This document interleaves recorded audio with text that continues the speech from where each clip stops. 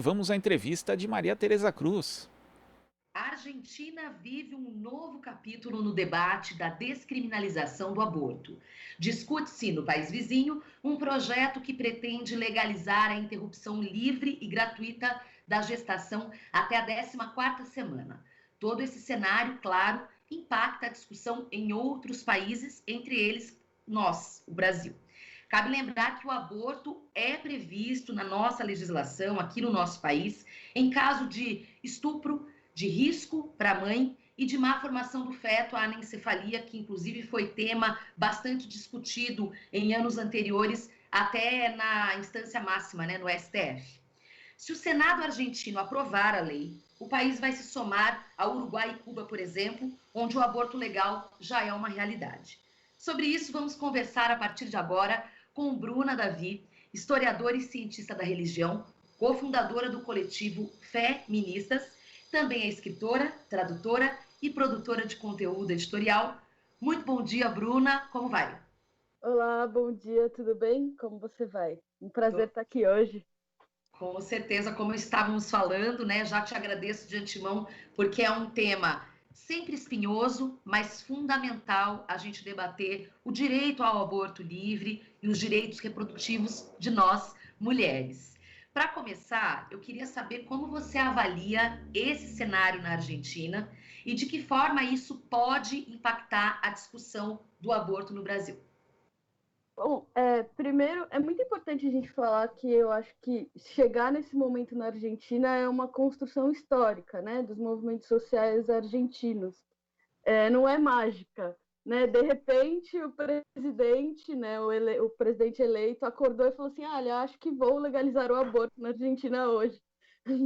Então, é muito importante a gente falar que é realmente uma construção histórica dos movimentos sociais na Argentina, que tem uma movimentação política um tanto quanto diferente do Brasil, Eu acredito que a maioria das pessoas aqui no Brasil tem um pouco de ranço da política, até por nosso sistema político ser um tanto quanto conturbado. Não que não seja na Argentina, claro, mas as pessoas têm uma maior consciência política lá, É muito, muito importante a gente falar isso. E uma coisa muito importante a gente falar sobre a Argentina é que nos últimos anos tem se tido esse cuidado com as questões voltadas ao gênero, Gênero, sexualidade, enfim. Quando a gente pega os meios de comunicação, por exemplo, isso você entende com certeza muito mais do que eu, que tem esse cuidado com a linguagem, por exemplo, Porque aqui as vítimas são sempre muito execradas na mídia e tudo mais.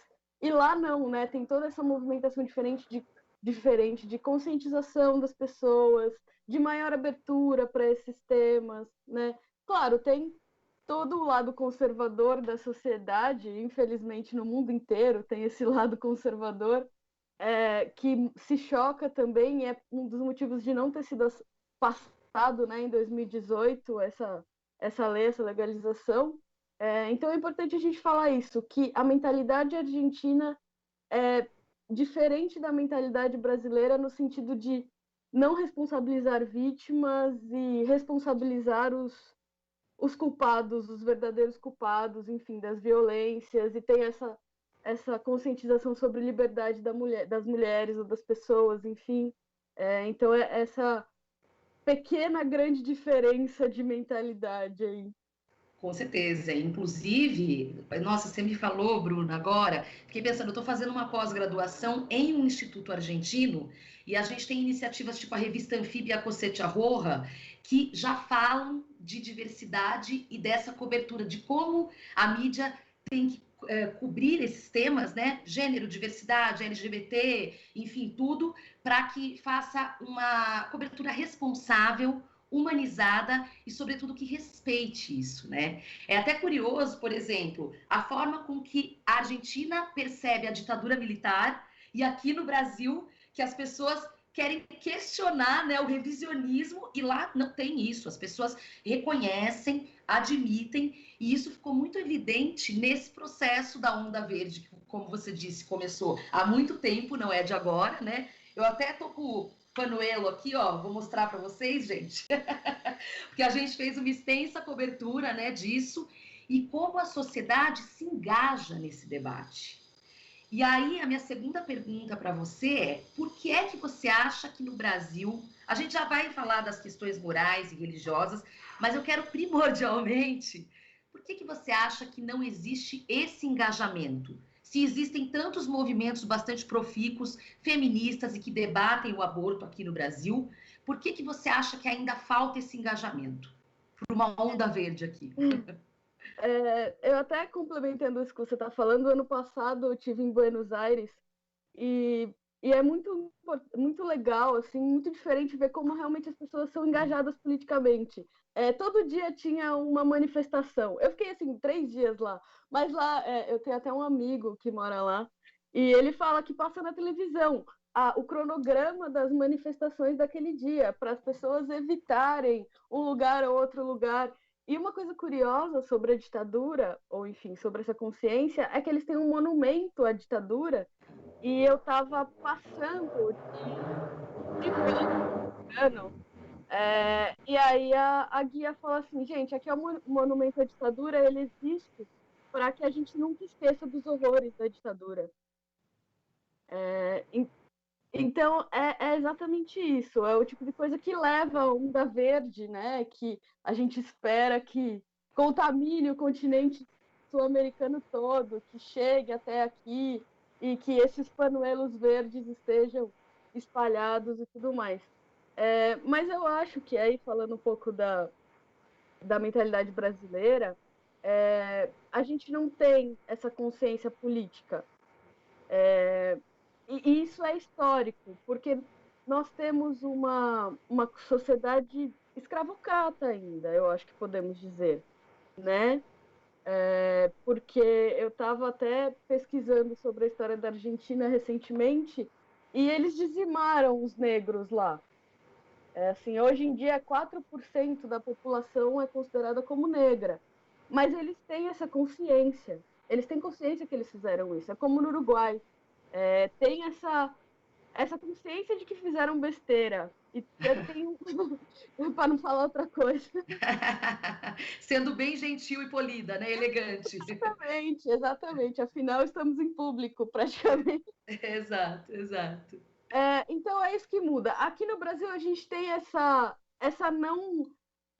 não pensamento crítico, digamos assim, porque a gente aprende na escola, e eu sou historiadora, como foi falado, então para mim é assim, louco, né? Porque a gente chega numa sala de aula do ensino fundamental, ou dos segundos anos, né, do ensino fundamental, que agora vai até o 9º ano, e a gente aprende que a princesa Isabel foi a salvadora dos negros, né? Ou, enfim, a gente aprende todas essas besteiras que a gente só decora a história. Eu, hoje em dia, fico me perguntando por que me apaixonei por história, porque minha vida inteira foi decorar datas para passar na prova, né? E é isso que a gente tem. E eu vejo que alguns países à nossa volta, como Uruguai, Argentina, né, que são os mais visíveis assim do continente, não desmerecendo os outros, claro, mas não tem isso. Eles têm a busca pelo pensamento crítico. Eu acho que é essa a grande diferença. E é triste falar que o Paulo Freire é brasileiro, né? O grande cara da educação é brasileiro e a gente tem uma falha muito grande na educação brasileira que aí a gente já pode falar que está permeada por uma moral, né? Sim. Que não necessariamente vem da escola, mas vem da família. E sobre isso, quero pegar esse gancho, porque a gente sabe que o debate do aborto, além da série de inverdades, né, e frases de efeito, inclusive bastante usadas recentemente pelas pessoas que são contrárias ao acesso à interrupção de gravidez, por exemplo, um dos filhos do Bolsonaro, eu nem lembro qual deles, ele fala em assassinatos de bebês, né? É uma coisa muito forte. Aquela Sarah Winter também, né, fez muita militância nesse sentido de dizer: vocês são favoráveis ao assassinato de bebês. E aí, poxa, é pesado, né? A frase é pesada, você cria um discurso. Então, para além disso, queria falar um pouco contigo agora dessa impregnação moral na discussão, né? e que aí a gente passa pela religião. Como que surge na história da religião esse elemento de proibição moral quando a gente fala em aborto? Olha, eu acho que para a gente começar a falar de proibição moral ou proibição religiosa do aborto é muito complicado. Oficialmente, na história da Igreja Católica, que é, né, a grande instituição religiosa que nós temos na nossa cultura, isso começou a ser falado só no século XIX. Você acredita? Nossa, não sabia. Oi. Pois é, antes isso não era considerado. Porque não era importante também, né? Essa é a verdade. Não, a gente não pode dizer que durante toda a história a Igreja Católica se importou muito com as mulheres, a não ser para reprimi-las. Então, e aí esse discurso começa a aparecer, o discurso contrário,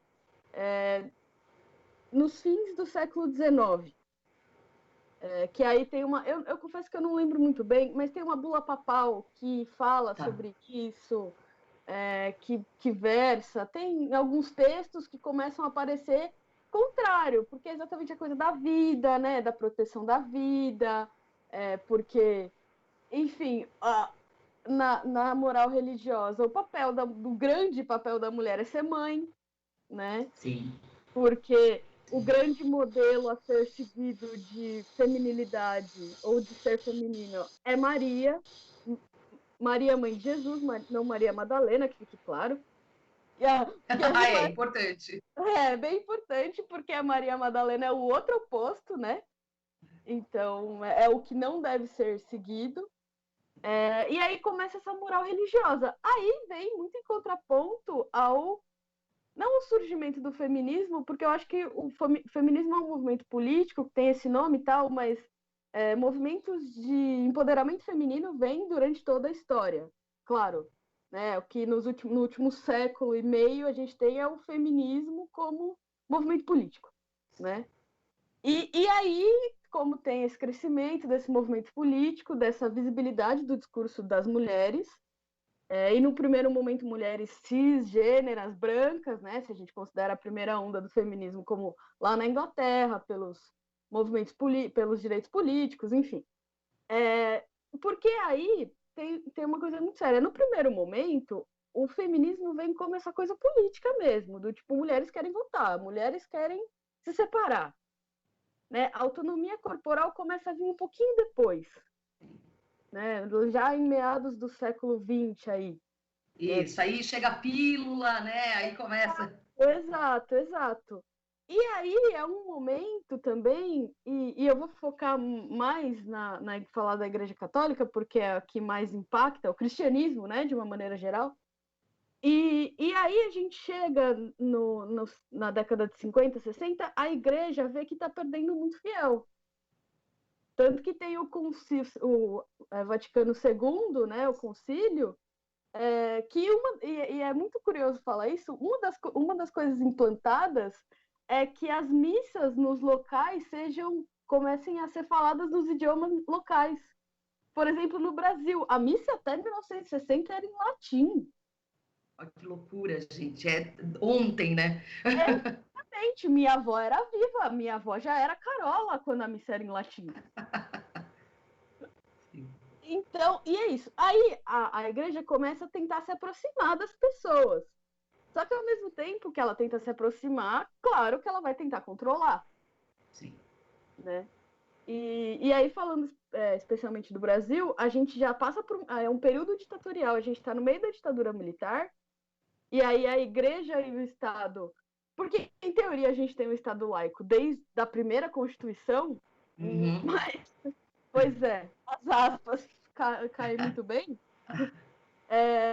Então, nesse sentido, aí todo mundo, aspas, né? Todo mundo que está no poder se junta para controlar o corpo da mulher, ou o corpo dos diferentes e das diferentes, né? Então, e aí tem essa moral religiosa, e não é só no governo. Se a gente falar 2020, a gente tem a Damares como ministra, mas é no sentido mais subjetivo, tá na mente das pessoas, né? Porque tem o discurso oficial, mas também tem a mídia. E aí volta no que a gente estava falando, né? A mídia, a grande mídia no Brasil é muito responsável por esse discurso, né? Pela cooptação do discurso, da narrativa, a construção da narrativa. E aí, pessoas, como você bem falou, como o filho do presidente, não importa qual, todos eles são o pé. Ou o filho do presidente, ou a Sarah Winter, e aí a Sarah Winter é uma figura muito emblemática, porque antes ela era feminista, né? Sim. Ela fazia parte do movimento, era uma figura de destaque, de algum destaque, enfim, dentro do próprio movimento feminista, e aí ela abre mão de tudo e começa a distribuir os fetinhos. Eu fazia parte de uma ONG, Católicas pelo Direito de Decidir, que Sim. inclusive é maravilhoso. Acho que a gente tem que falar desse movimento contrário das religiões, né, ao fundamentalismo e tal, mas um assunto de cada vez. E aí, às vezes, pessoas como Sarah Winter ou outras pessoas fundamentalistas iam nos eventos com a gente. Já aconteceu muito com as coordenadoras, inclusive. E davam aqueles fetinhos de plástico, sabe? Tipo, no evento, colocava na mesa, do tipo, olha, elas estão querendo matar isso aqui. Ou aquela foto clássica que todo mundo usa do feto, né, no útero e tal. Sim. Aquilo é de elefante. Quando eu descobri, para mim foi muito revolucionário. Foi muito revolucionário, é ótimo. Mas dessa fronteira de pensamento, né, de você quebrar isso, né? E até aproveitando, desculpa te interromper, mas acho que é uma boa pontuação essa. Eu sinto que existe uma deturpação sobre a questão. Fica assim, ó, por exemplo, Bruna, você é a favor ou contra o aborto? Tipo, não é sobre isso, não é sobre isso. Porque a favor ou contra o aborto, tipo, eu, por exemplo, sou uma pessoa que milito pelos direitos humanos, é óbvio que eu sou a favor da vida. A questão é que o que a gente discute é o direito ao acesso ao aborto legal, não é isso? Exatamente, isso é muito importante a gente falar. Ninguém aqui tá militando por a mulher ir lá e fazer um procedimento, entendeu? Isso. A gente tá militando aqui, enfim, em todos os espaços, para que essas mulheres tenham o direito a escolher isso ou não. Porque uma coisa muito importante que a gente precisa falar, é muito falado, mas a gente precisa falar sempre, quem mais morre por abortos no Brasil são mulheres negras e pobres. Então, a gente está querendo conter os danos, né? Essa é a grande verdade. Porque nós somos uma sociedade que aborta. A sociedade aborta. A gente está querendo controlar quem não morre, que ninguém morra, né? Essa é a verdade. Que as mulheres, não só as mulheres, todas as pessoas, a gente tem que lembrar também que homens trans também abortam. Muito bom. É verdade. Então é muito importante a gente falar que a gente está aqui militando pela liberdade de todas as pessoas que querem abortar. Não só quando sofrem uma violência, não só quando estão sofrendo risco de vida ou quando a sua criança está sofrendo um risco de vida ou da microcefalia, né? É para que as pessoas tenham essa escolha e não tenham riscos, né? Que seja um assunto de saúde pública, não um assunto criminal. Perfeito! Inclusive, foi muito bom, era uma das perguntas, mas você já contemplou, que passa a questão do direito à interrupção, é uma pauta antirracista, justamente porque é isso que você falou. Os abortos acontecem de maneira clandestina e as maiores vítimas é quem menos tem, né? Porque a mulher branca de classe alta vai pagar clínicas que funcionam em plena luz do dia na Avenida Paulista, por exemplo. Enfim, na Avenida Paulista é um exemplo, né? Em regiões caras de São Paulo. Né? Exatamente. Qualquer região cara do Brasil ou vai ter condições de vir até São Paulo, né? Enquanto na periferia, no interior, tem menina que morre porque tentou abortar com um talo de mamona, né? Nossa, terrível. É isso. E aí é muito importante a gente falar também como discurso, né? O discurso está muito responsável por isso, né? Eu até queria voltar ao assunto da resistência dentro da religião. Que eu queria encerrar, porque a gente já está quase no final, infelizmente, então eu queria que você falasse desses movimentos de resistência, que eu acho que é importante. Passou muito rápido, eu falei muito. Imagina que o papo tá gostoso. Para encerrar, então, eu acho realmente muito importante a gente falar que a moral religiosa está muito no nosso senso comum, mas também tem o movimento contrário, dentro das próprias religiões. Eu até, como você bem falou, sou uma das cofundadoras de um grupo chamado Feministas, que é exatamente isso, que são mulheres que se consideram não como feministas, e estão conhecendo o feminismo, porque a gente tem que falar que o feminismo é um negócio que está marcado pela política, né? Tem gente que você chega numa periferia e fala de feminismo, a mulher arrepia, né? Fala, não, isso não é de Deus, porque o pastor falou que não é de Deus. Então, aí a gente tem esses movimentos contrários, esses grupos contrários, o meu próprio grupo, as feministas, que a gente traz esse movimento do feminismo, tem as católicas pelo direito de decidir, que estão lutando no Brasil há muito tempo, a gente tem que reconhecer, estão sofrendo aí uma barra agora com a ação judicial, que talvez tenham que tirar o nome das católicas, né? Enfim, mas isso é um outro assunto muito mais complexo. Tem alguns movimentos evangélicos também, Frente Evangélica pela Legalização do Aborto, Evangélicas pela Igualdade de Direito, enfim, um monte de grupo. Então, ao mesmo tempo que eu sou portadora de más notícias, do tipo, o Brasil tem um discurso bem ruinzinho, galera, eu também sou portadora de boas notícias, do tipo, a gente está resistindo e vamos continuar resistindo. Uau, olha, até me arrepiei agora com o final. Bom, e com esse papo excelente, com esse desfecho maravilhoso, é isso, a resistência acaba sendo o caminho, né, no estado de coisas que a gente está vivendo. Quero agradecer muito, essa foi Bruna Davi, historiadora, cientista da religião, cofundadora do coletivo Feministas. Inclusive, se alguém tiver interesse em saber mais do coletivo, tem site, redes sociais, fala aí. Bom, gente, fique à vontade para me seguir no Instagram, meu Instagram é Babu Davi. E segue a gente no coletivo, coletivo.fé.ministas. Estamos lá no Instagram. Tá certo. Bruna, muito obrigada. Agradeço demais a participação e até uma próxima oportunidade. Querida, eu que agradeço o convite, a oportunidade e a conversa. Muito, muito obrigada. Valeu, valeu.